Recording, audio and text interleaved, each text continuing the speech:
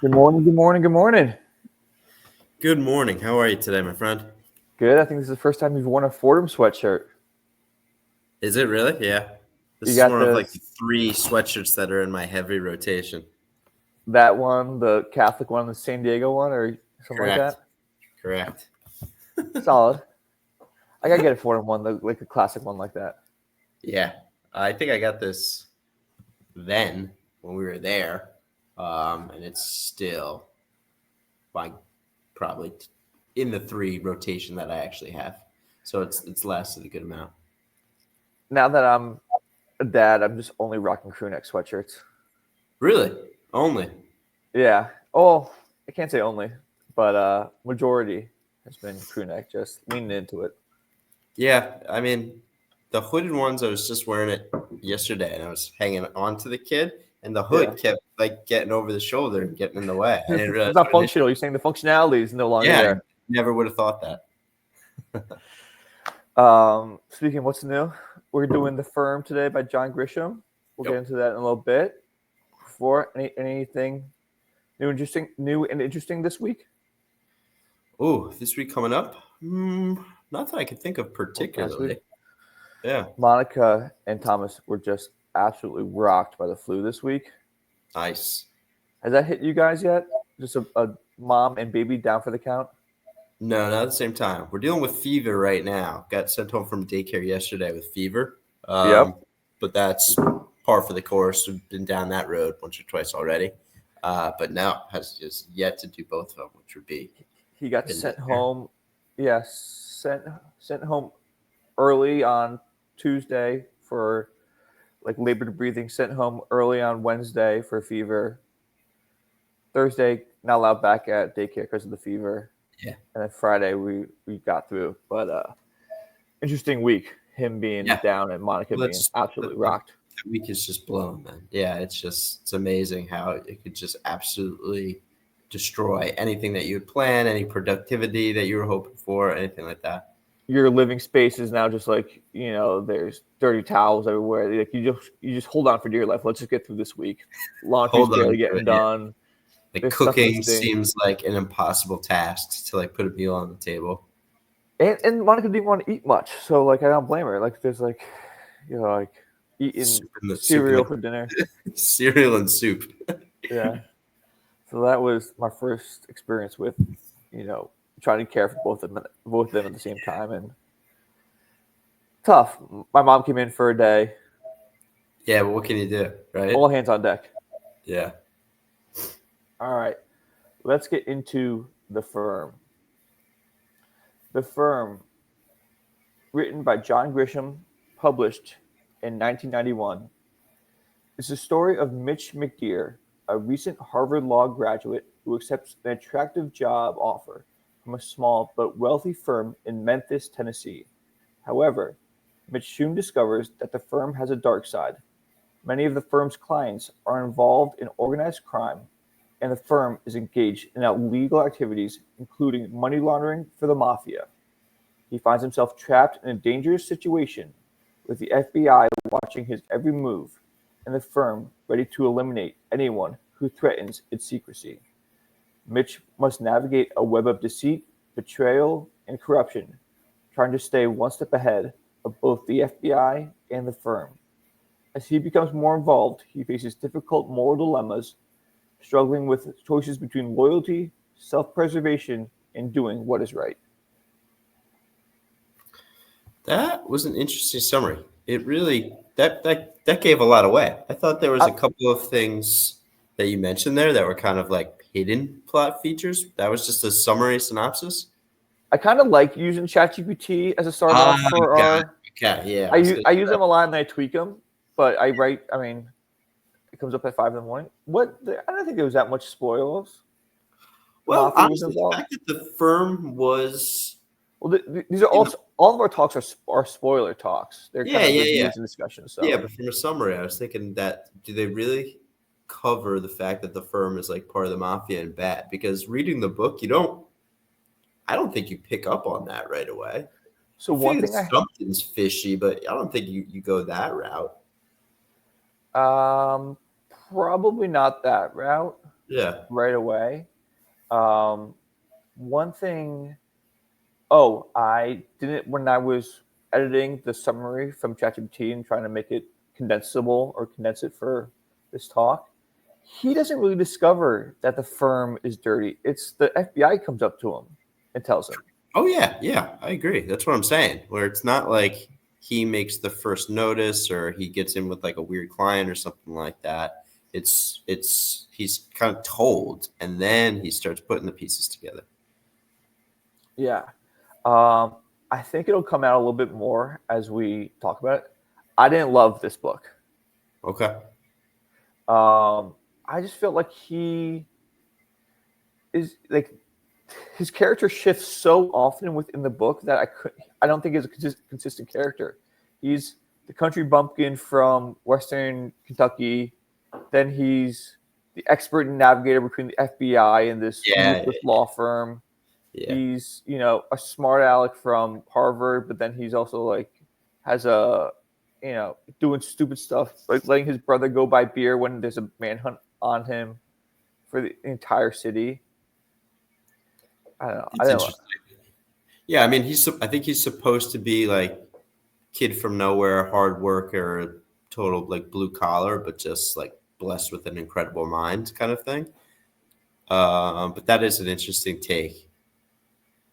The thing, so it's described as a thriller. Do you Yes, consider this a thriller? I was not thrilled. I don't think it's a thriller. I think there's like thrilling parts to it, I guess you could say. But this is not what I would describe as a thriller. This is more of like a thinker, I guess you could say. I Kind would of like describe it as a plotter. a plotter. Yeah, I Yeah. mean there Well, is some like, no, like in yeah, derogatory, like plodding it along. plods along. Yeah, yeah. I mean there is some like murder in there. There is some intensity. There is some like chase scenes and stuff like that. I don't know if I'd really call it a thriller though. I think it is kind of. It's 500 pages, high 400s. A lot can be chopped down. We're like Ooh, going through like scenes of copying documents for entire chapters. I think yeah, I think Grisham is a lawyer by background, and I feel like they're just by like nature, they're just ingrained to make things longer. It just goes back Verbose. to like like from the book. It's just like yeah, we charge by the hour. It's just the same way that they like write everything. It's just longer than it needs to be because that's what they get paid for. Yeah, I get it, but that's what editors and publishers are for. Yeah, you'd think so. I I think go ahead. it read pretty well though. So like he writes in a way that moves things along a little bit, and it is always subject around Mitch. So there's a few scenes where it's covering like the heads of the company, and they're kind of like back talking about what's actually going on there with their fixer guy. But for the most part, it follows Mitch around. Actually, it does a little bit with the wife, I guess, too. Like a couple Yeah, scenes with yeah. her with her friends. Yeah, I thought the idea is actually kind of cool. Like this, not Chicago, not New York based law firm that's really exclusive and elite, but there's a dark side to it. yeah, I just, I wish there was like one where he's approached by the FBI as like, hey, these guys are dirty, and then he kind of looks into it on his own and maybe relates to some other attorney there who's struggling with it. They talk about the two other guys who tried to right. leave and they were murdered. But that was all. It wasn't like he discovered anything. John Grisham just kind of tells you that the guys were killed on the boat, Yeah. and Well, I he mean, tells. I guess he had an inkling and looked into it. Like in the first scene where he's introduced to the people at the firm who were killed, I think he does like ask a couple questions about it, and whoever he asked kind of brushed it under the rug. So I guess he thought there was something a little fishy about it, but I think again he's coming to face these maybe not facts, but he's coming to face these pieces of information that are being generated. Mhm. But he doesn't want to believe them because he wants the house with the white picket fence and he wants the big salary and he wants the BMW. So I think that's part of it, is he's dealing with some of these things that maybe seem a little obvious to the reader, but he doesn't want to believe them. He wants this to be normal. He wants this to be life. Yeah, like, he does want those things. And in some of the interviews in the first opening chapters, he's a cocky prick. Yeah. And then he's like a wholesome guy. Like I didn't like Mitch McDear much at all. I can see why. I think that's kind of I, reasonable. I didn't like the character, and I didn't like how the character was like portrayed to the reader. I didn't find him consistent, or I just didn't like. I don't like him because who was he? How would you describe him? I Was would he the hot describe, shot like yeah. Brainiac, or was he a guy swept up in a larger conspiracy and had to make the best No, of it? I would say he's like blue collar background, but just like brilliant mind, becomes hotshot attorney. What was the biggest example of his brilliant mind? I liked in the first I guess interview with the firm. I forgot if he's at the firm or not, where they're like asking questions and making jokes, and one of them makes a joke about his alma mater, and he Yeah, like kind of holds back, but then he brings up something about that guy's alma mater. And then the yeah, partners and he looked discussing it into afterwards. He was just like, he had no idea who was meeting with us. So he looked up everyone's name, yeah, everyone's college, and a little bit about them. I think yeah. that's the first introduction to, all right, this guy just like has some type of encyclopedia memory, or he's just got some brilliance to him. I definitely think some of the interviews was the highlights of the book. Some of the what? The interview scenes, Yeah, because definitely. you're getting introduced to this new, uh, the backwoods, or Memphis isn't obviously backwoods, but this off the highlighted path of New York and Chicago and one of the major metropolitan areas. And so you're trying to figure out why this firm is so successful and so prestigious. And that was pretty interesting. The setup was pretty interesting. I didn't think the payoff was there at all times. Yeah, I do think that the setup of this is, first off, it's believable. Just to have something, Oh, in Memphis rather than New York or Chicago, it kind of makes sense. for sure, for sure. Like where Warren Buffett's like the Oracle of Omaha. Yeah, right. Omaha, Nebraska. Yeah, doesn't live in a huge house, but just whatever. Super rich because he lives there. That's another thing about it that they talked about. They're like, I forget how much it was a month, but it was like $2,000 a month. They're like, Yeah, that's an apartment in New York City. yeah. So it's funny that in 1991, people were still dealing with the same shit of I know New York exactly. City being way too expensive and being able to buy a house with what I you could know. afford for rent in the city. I know. Also, like he makes 60K a year. I'm like, yeah, like, buddy. Now 60 to that's like, 85 the yeah. first year. Yeah. Um, I thought the whole like culture of it was super interesting until the FBI comes up to him, and then the conspiracy starts being pursued, investigated, thrust upon him. Then the FBI agent was Blah character. The, Yeah. the evil attorney was never did anything that especially evil.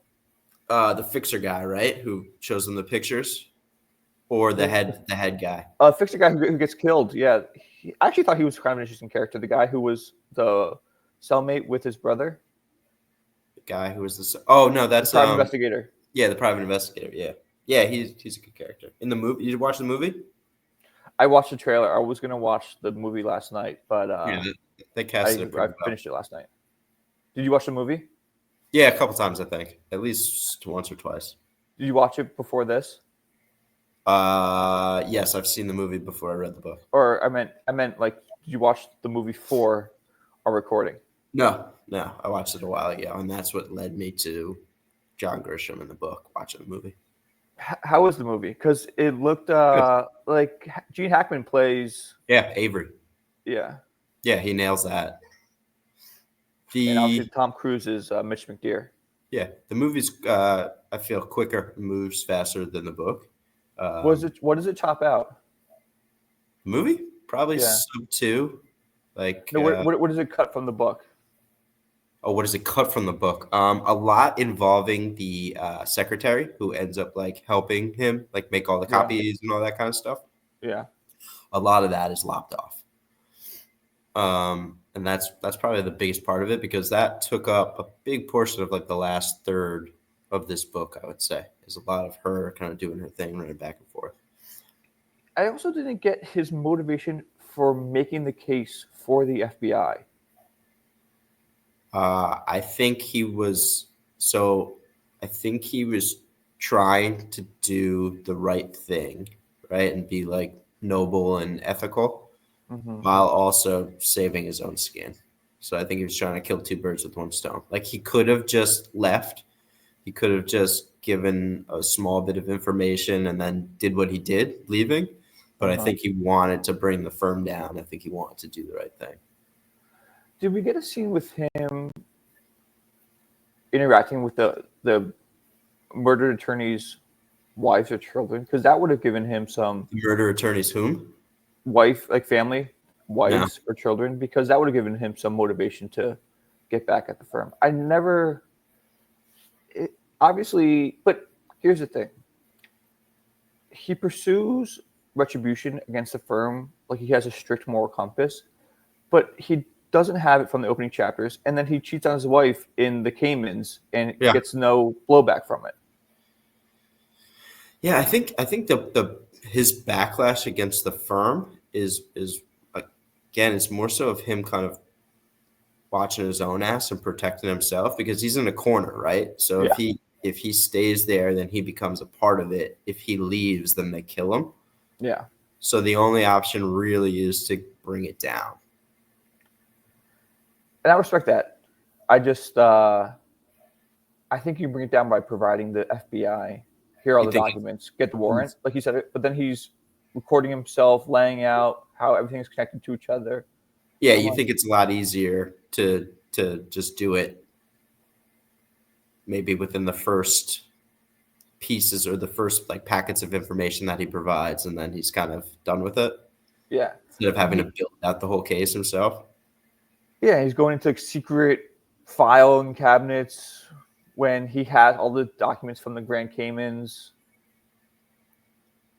Yeah, I think that's a lawyer like building the case, making the case, because he didn't want to be there for that part of it. He didn't want to Yeah, have to answer the questions. He didn't want to have to piece it together, because he was just going to be gone, gone. Being gone, gone is interesting too, right? Just like popping around on a boat and island hopping for the rest of your life. do you think you could do that? Do I think what? You could do that? No, God, no. Especially since in the last sentence of the book, his wife says she wants to make a baby, right? The Like, we man, just got to the islands, we just got free. Let's throw a kid into the middle of this. I don't know if I could. It would be a tough. I would need a like a home to live in and to go. I would go to like southern Patagonia where it's remote, out of the country, but still kind of the same climate as the Northeast, just southern hemisphere, Yeah. and just try and hide out somewhere down there. Oh, you mean like not on a boat, but actually No, just, yeah. off the grid. Yeah, no. Boat island hopping, not having one place to settle would drive me nuts. Sailing port to port does nothing for me. Absolutely not. No. I would like to do a boat month where we just do boat books, and I Yeah. want to see how we do that because there's Yeah. some wild stories of whalers or fishermen who, Oh yeah, crazy ones. and even That's like just the age of exploration when those guys are like on these absolutely deteriorating wooden ships with 20 guys in the size of like a recreational boat these days. yeah. Water, food, toilets, Yeah. navigation. I Yeah, mean, that is impressive. Whenever you hear those navigation stories, you're like, oh too my god. impressive. Yeah, like mind-blowingly impressive. Like the Polynesians who can, how did they find Hawaii? Like I still don't understand. Did they find Hawaii, or did they look at the stars and remember it, and they constellation, so I'd they know say Hawaii is this way from the constellation they went to 50 years ago in the I'd say same night like sky? most things, like history paints a picture, but in reality, there's a lot of luck involved. Yeah, I'm sure a lot of luck involved, but also if you miss Hawaii by a degree on your calculations, You're gone. you're gone. Um, Back to the book. We'll do a quick little recap. Did you see? I'm trying to in my notes. Uh, they mentioned the new pyramid they built beside a river in Memphis. Yeah. Do you think that's the Bass Pro Shops pyramid? That's so funny you said that. When I was reading that, that's exactly what I thought. Because I think it is like the biggest pyramid in North America, right? Yeah, something like that. Well, I know the Bass Pro Shops pyramid was something else. It might have been the Memphis Grizzlies arena. I know it was not originally built for Bass Pro Shops purpose. That's exactly what I was thinking when I read that first. I was like, "What is this? The Bass Pro Shops pyramid?" That's the only note I really have down. I had took one later, but I guess it didn't stick. Um, again, I thought it was a really cool idea of just like any like dark side to an exclusive club, exclusive business, exclusive family is always a good hook. Yeah, I like the idea of he had this choice where he could have just gone with the flow, stayed with the firm. Who knows if the FBI would have actually come down on the firm? Who knows if they would have got him? I like that the book kind of created this parallel where he was doing what he needed to do at the firm, like putting in the most hours, billing the most, being the best attorney there, while also at the same time bringing it down. I thought that Yeah. was an interesting I also plot. thought there would be a lot more legalese. You can read this not knowing anything about the law. Fortunately, yeah, I think that's a good thing about it. Yeah. Oh yeah, that's definitely a good thing about it. That's probably why I had so much broad, you Yeah, know, appeal and you know, became such a ubiquitous book is because it was, like written for a general audience. yeah, you don't have to be a Harvard attorney to understand it and to get it. And that's why I think it turned into a pretty good movie because it is focused on the characters and the characters that the cast fit really well with the book. Like I'm reading I this can see book. Tom Cruise playing a good Mitch McDeere. Yeah, his wife is really good. The head attorney is yeah. No, it's cast really well. All right. Do you want to get into your grade? Yeah, I agree. I mean, I wasn't very high on this, so I was gonna give it like a 6-1. I think. Okay. Uh, Lando giving it a 6.1. Let me Uh, ask you this also. Was this the only? I was trying to think. Have you read other Grisham books? I have not. I don't know if I have or not. To be honest with you, I can't because I get him and James Patterson mixed up too. You know what? I've done that once or twice. Yeah. So I don't actually know if I have or have not. Um, I also didn't love his writing style. It's just a personal To preference. like first person. Um, I feel like it was. I didn't. He when he hit the gas, it was only for a couple of chapters. I'm like, yes, we're getting, or a couple of pages. Like, yes, we're getting into it, and then it's bogged down by monotonous. You know, Yeah. I use the example of them for a full chapter making copies. I'm like, okay, we got Yeah. that. I mean, 1991. You gotta remember big difference between like making copies then and making copies now. Yeah, I would say '90s technology is probably better for TV, movies, shows because they're bugging everything. They can't track them as well as they can now. It lets like people slip through the cracks and try and evade. The technology can't just be coded in and find you in 3 seconds. You know what's funny? I was kind of thinking about that, and usually I don't like things from those period pieces because it just like frustrates me. They can't whip out a cell phone. One of the Yeah, things that got me on this one was how many times did he drive like 4 hours to Florida or 6 hours to Florida, whatever it was, with just a radio? yeah, Like wasn't listening, wasn't doing any work, wasn't making any phone calls, just maybe putting on the radio and having a dog in the back seat. That must have sucked because I've done those drives before with just like a FM radio, and it yeah, blows. yeah. Uh, the technology that got me in this was uh, just the amount of files they had to lug around, and it's not just on a hard drive or you know. some kind of disc or even airdropped or like a PDF attachment. Yeah. The amount of boxes of files that they had. Cases of boxes and paper. Yeah, it's crazy. Yeah. Um, I I was thinking a score in the twos. Ooh. This while reading it.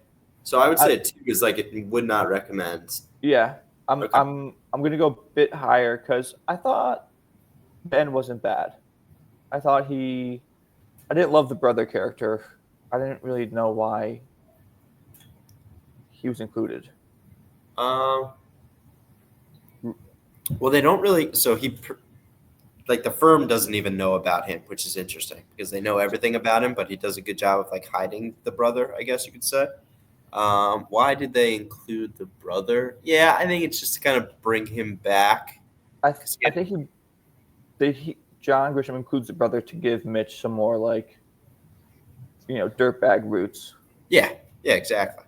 That's kind of what I was thinking too. Yeah. but he becomes kind of a contributing member of the story in the fourth grade. Definitely. Yeah. Um, I'm gonna give it a 3-1. I'm gonna give it a little higher. Two is pretty harsh. Three's not great, but two is like avoid this book at all costs. I wouldn't avoid it at all costs. I just have as we go through this exercise, Yeah. I think 3-1's appropriate.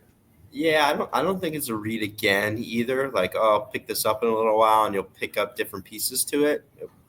Like I don't finish the book thinking to myself, oh, how did that work out? How did that work out? So it didn't interest me enough from that, or I guess it didn't like there wasn't twists that were uncovered. For the most part, they finished everything up and they kind of summarized everything. Yeah, I recommend it. I think I would have to probably give Grisham like another book or two a try. I'm Mm-hmm. looking. I was looking before. I think I did read one of his other books, but I don't even know if this is one of his best. I know it was like a huge seller, and I think it was his Yeah, second book, but I don't know if this is one of his best. I kept wondering how is this a huge seller? I just some books catch on, some books don't. Like Yeah, no, I could see this being a hot seller with the time, 1991, just different tastes. different like way of doing things back then. I could see this. I could see this being a thriller in 1991 versus a thriller right now. Yeah, fair. Okay, so that gives us an overall score of 4.6. My Yeah, score, bring it down, um, but it is the lowest rated. But you gave a single book the low score. You gave Blood and Thunder a 3-0. I gave yeah, this a 3-1. yeah. Uh, I still feel accurate with that. yeah. All right. Any last things you want to do? State of New York sports. New York sports, did you say? Yeah. Quick summary: Yankees are in trouble. Giants are dumpster fire. Knicks look reasonably good, but can't trust basketball until after Christmas. Actually, can't really trust the Knicks until playoffs. And it seems like the Rangers are a bit of a disaster right now, so I'm kind of staying away. Yes. Uh, for people who are watching, Juan Soto has spurned the Yankees, signed with the Mets I for wouldn't say a. spur the Yankees. I would just say he signed for the Mets. I don't think the whole like, yeah, Let me feel how I feel, Alex. fine. You feel the way a lot of Yankee fans are feeling though. I do, and I actually criticize those fans, and I'm going to criticize myself Okay, because I hate the thing like, oh, he left because of the suite. He left because he wants to be the face of the franchise, and Judge is the face of the franchise. that's Hey, all. he left because of money. He's a mercenary. We don't know why he left. He chose why he chose. Let's move on. Let's build a team. I like to think he left because he thinks Boone is a terrible manager, and because that's what I believe. Yeah. And so, if that's the case, then yeah, I would probably leave too. But for the Mets, Yeah, no. What really bugs me about it is that if I'm the Yankees, and the Yankees had the final meeting, right? Are we agreeing that they had the final meeting? Yeah, I don't know if that's true, but let's go with it for Let's go the with it. conversation. Yep. I'm taking him. I'm standing in Monument Park, and I say, "You spent 15 years here. You're gonna have that, not just like a plaque, not just like your name on the whatever in the rafters. You could have a plaque." And I thought that would be enough with the same amount of money and the same amount of years, right? You're assuming you're matching. I thought that would be enough. I think it matters for some guys. It doesn't matter for others.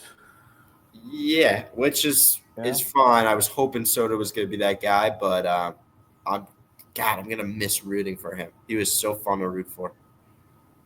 He was a lot of fun to root for. I was talking with some guys at work. It's a lot of money. Who cares? Money doesn't mean anything in baseball anymore. It's like monopoly money.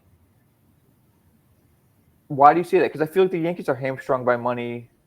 Only because their owner says they're hamstrung by money, but realistically, there's no salary cap. So that's the second part. That if he wins you a championship, if it's Cohen's money, it doesn't matter what he signs for. Yeah, the money doesn't matter. And especially what they did with Shohei, like taking all of his salary deferred. Like money doesn't matter. Yeah, and I gotta credit Steinbrenner. It was a good offer. He was right there. He wasn't far off. I will credit him, but I saw something pop up this morning. Was just like the Mets outbid for Soto. Meanwhile, George would refuse to lose to the Mets in spring ball. So spring training, George would be pissed at his team if they lost to the Mets. George was the best. George Steinbrenner was the best. I'm so happy I got to live where I could, remember some of his. We got all the good years too. Like I think when we were born, he was he just suspended in the early 90s, I think? He got suspended for like blackmailing Dave Winfield or something. I don't know if it was blackmailing, but yeah, it was something with Dave Winfield. Yeah. My favorite Yankee hat, for anyone who doesn't know, the spring training field in Tampa, Florida, the Yankees play is called George Steinbrenner Field. And it just says George Steinbrenner Field, Tampa, Florida, Yankees spring training. And it's just awesome because he's the man. He refused to lose. I love that attitude. We don't have it. No, we don't have it. From the top down, that attitude just isn't there. I don't think Cashman has it. I don't think he ever did. No. The ruthless drive to win. I don't think Cashman has a ruthless drive to win. He's a ruthless drive to cover his own ass. No, because you don't really get that type of ruthless drive if you're like a Cashman guy who came up like through the system like as a nerd. Like George was. He wasn't a nerd. He was just, I want to win. Let's do it. Let's make it happen. No, Cashman, I said, was the nerd. Yeah, I'm saying George was not. And correct. Yeah. And you can't have like two of those guys in the same room. No. Yeah. But no, his son definitely doesn't follow in that same suit. But there's been many teams who have won World Series without Juan Soto, and the Yankees just have to be that team. Yeah. They signed Max Fried last night. I kind of don't mind the pivot to pitching. Let's have to. Yeah. How do I do it? Pitching wins in the playoffs. We'll see. Yeah, we could talk about this all day long, but I there's still a lot left of these winter meetings, and we'll see how things go. Because right now the lineup is a mess. Yeah, briefly, I'll do a quick take on Giants and Rangers. Hit the Giants, Rangers. Yeah, we really don't have to cover much, but do you agree? They traded the captain this week. They're snake bitten. They score 5 goals and lose. Give up 2 goals, lose. It's just one of those months. I think they just lost. It's a long season. And they just made Igor like the highest paid goalie ever. Yeah, that's tough because it's basically what happened with Lundqvist. It's, are you good enough to get to the playoffs every year, but you don't have the roster talent to win because you've got a good goalie and then no other money to spread around. The Giants, I don't know if I want Daboll back. It just seems like no one wants him, likes him. What does he give you? He's supposed to be a quarterback guru, and the team, like, you've had multiple weeks to prepare. You're playing against not the best competition, and you put up like 7 or 11 points. He's just not a good coach. I don't know if he ever really was. I mean, that first year, I don't really understand it. When he won Coach of the Year, I thinking back on it, he did get the best out of that team then. I don't know how he's fallen so far. I think there was something about that. What was it? 22 team Yeah. beat one or two teams the entire season with a winning record, something like that. They just had the They beat easiest schedule. Minnesota in game one on the last second, like 2-point conversion. And I think they beat the Packers in London or like whatever, Europe. Yeah, they did. And then they tied Washington and they beat Washington. Yeah. I mean, that season wasn't super impressive or anything like that, No, but and they got their ass handed to them in the playoffs by Philly. yeah. Yeah. No, that was supposed to be the start to, hey, look how much we did with this roster. Give us a couple of years and watch what he could do. No, he's I've also seen too many other coaches now, like really good coaches, put a plan in place for a quarterback to do well. So Russell Wilson was supposed to be a ghost, and now he's leading one of the best teams in the NFL because Tomlin's a great coach. Yeah. Sam Darnold in Minnesota, like you got to be kidding me. You can make a case Geno in Seattle. Oh yeah, you can for sure make that case. Yeah. Bo Nix in Denver. Denver. Yeah. I think good This coaches. is getting me depressed. Okay. Yeah. Yeah. So I don't good think. coaches matter in football more than anything else, more than any other sport, I should say. Oh yeah. Like if he was such a good coach and Daniel Jones was a problem, when Daniel Jones gets unceremoniously dismissed, which I don't really have a problem with. I wasn't a Daniel Jones fan. Then you should see an improvement with Drew Lock or Tommy DeVito. Yep, I have seen zero improvement. And not only improvement, like granted they suck too, but it's like the game plan is the same. And I'm not watching the games to be honest with you. I'll like tune in for a quarter or two, but it seems like the game plans are exactly the same. Okay, yes. Final point. Drew Lock doesn't drop back with an idea of where to throw the football. He goes back every time brainstorming. Yeah. Where to go. I'm like, how do we not have some just basic reads for him? Well, that's what they're missing with Daniel Jones. Like Daniel Jones wasn't a reader, but you give him one look and you tell him to throw the ball there, he will do it, and he could kind of do it well. I don't know why they got away with that. I don't know how they got away from that. Yeah. Final point. I don't think if your team sucks, I don't think you have any obligation to watch their games, especially in football. You know, people say football, I watch my team every week. There's only 17 games. I watch the Giants. I'm like, no, they stink. They've stunk for 15 years. I am doing more stuff with my Sunday than watching the Giants. I'll watch the fourth quarter. I'll watch, when I catch some games in between, going in and out. But I'm not making it's no longer appointment television. Yeah, that's like self-mutilation. That's like, yeah, I don't know. You definitely don't have to be a fan, and you don't have to appreciate the good times by dealing through the bad times. I'm still dealing with the bad times. The bad times are causing me not to want to watch football. That sucks. Like suck worse than actually watching the game. Yeah. It's like going on a Sunday and thinking to yourself, the Giants are on at 1 o'clock. I couldn't care less about this game. That might suck worse. It's like my house is burning down, but instead of being inside the house, I'm just taking a walk around the block while it burns down. Yeah, you're still going home to nothing. Yeah, the house is still in ashes when you get back there. Yeah, no end in sight. Nothing good coming up either. I can see it's all darkness. I have to get on the next, stuff on them. But that NBA season starts for me on Christmas. Yeah, it should. Yeah, right around Christmas. We'll touch on them. All right, the firm. You gave 6-1. I gave it a 3-1. Next week we got Playing for Keeps. Big Michael Jordan book by David Halberstam. Yep. And then week after that, Going Infinite, Michael Lewis. We'll talk offline to add a couple books after Playing for Keeps. Yeah, there's enough going on there. We got 2 weeks. We got 2 weeks from yesterday was Christmas Eve. 2 weeks from today is Christmas. So 2 books from now until Christmas, and then we'll look into a few other things for the new year. Nice. You got lights up outside the house? Or you did the whole lights are up. Yeah. Tree is up. Tree is lit. Yep. How'd it go? How many trees you guys do? Just one big tree? In the house? Yeah. Yeah. And then people have been giving us plants, like poinsettias. Yeah. So my mom loves Christmas trees. We had 1, 2, 3. You have multiple real trees in the house? Not always real. Definitely like 2 and 2. We at some points we had 4 we would just get the small one. We put the landing up top of the stairs. We put Yeah. Okay. because we have so many ornaments. Just my mom's accumulated ornaments. Yeah. Shout out to my mom. She's listened. She subscribed. This is all from love. Yeah, at some points growing up, we had I think 4 trees in the house. Now it's Wow.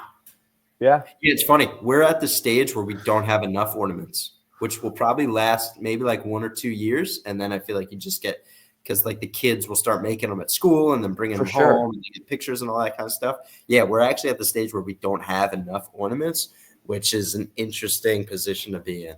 You got to raid your mom's. Doesn't she have all the ornaments from you guys growing up? Now, That's when what I'm saying. when she sold the house we grew up in, she got rid of most of them. She still has a lot for her own tree, but we got rid of a bunch. Yeah. Cool. All good things. Yeah. All right. Next week, I'm playing for keeps. Looking forward to that. Awesome. Take it easy, man. All right. You too.